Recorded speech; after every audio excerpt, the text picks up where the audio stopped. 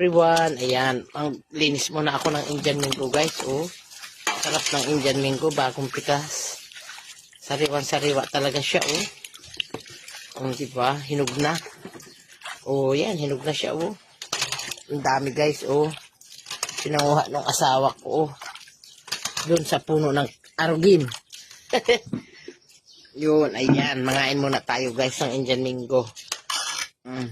Pa, kunin mare.